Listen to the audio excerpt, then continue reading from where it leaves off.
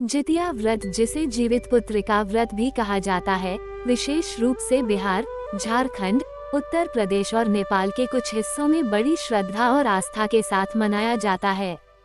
यह व्रत माताएं अपने पुत्र की लंबी आयु, उत्तम स्वास्थ्य और संतान सुख की प्राप्ति के लिए करती हैं। इस व्रत का महत्व इतना अधिक है कि कहा जाता है, जो मां पूरे नियम और श्रद्धा से यह व्रत करती है, उसकी संतान पर कभी कोई संकट नहीं आता। व्रत की पौराणिक कथा। प्राचीन समय में एक पराक्रमी और धर्मनिष्ठ राजकुमार हुए, जिनका नाम था जिमूतवाहन। वे अत्यंत दयालु और त्यागी स्वभाव के थे।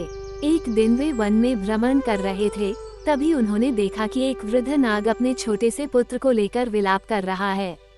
जिमूतवाहन ने कारण पूछा तो वृद्ध नाग ने बताया, हे राजकुमार, हमारे वंश पर गरुड़ का अभिशाप है।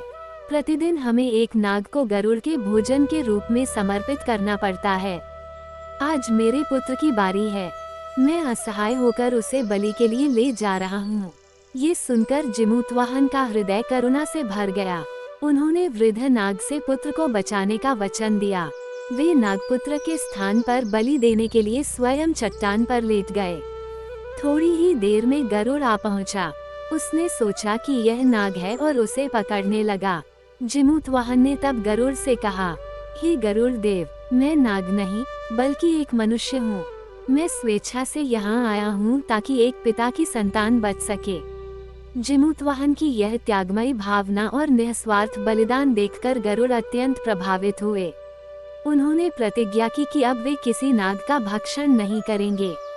इस प्रकार जिमूतवाहन ने न केवल उस नागपुत्र को बचाया, बल्कि पूरे नागवंश को मृत्यु के भय से मुक्त कर दिया। इस कथा के माध्यम से यह संदेश मिलता है कि त्याग, करुणा और निस्वार्थ भावना से बड़ा संकट भी टाला जा सकता है। माताएं जब जितिया व्रत करती हैं तो वे जिमूतवाहन के इस आदर्श को स्मरण करती हैं और भगवान से प्रार्थना करती हैं कि उनकी संतान भी हर प्रकार के संकट से सुरक्षित रहे। व्रत की विधि। जितिया व्रत अष्टमी तिथि से आरंभ होकर नवमी को समाप्त होता है। व्रती माताएं निर्जला उपवास करती हैं।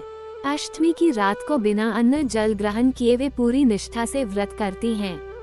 नवमी के दिन कथा सुनने के बाद नदी या तालाब के किनारे स्नान कर पूजा करती हैं।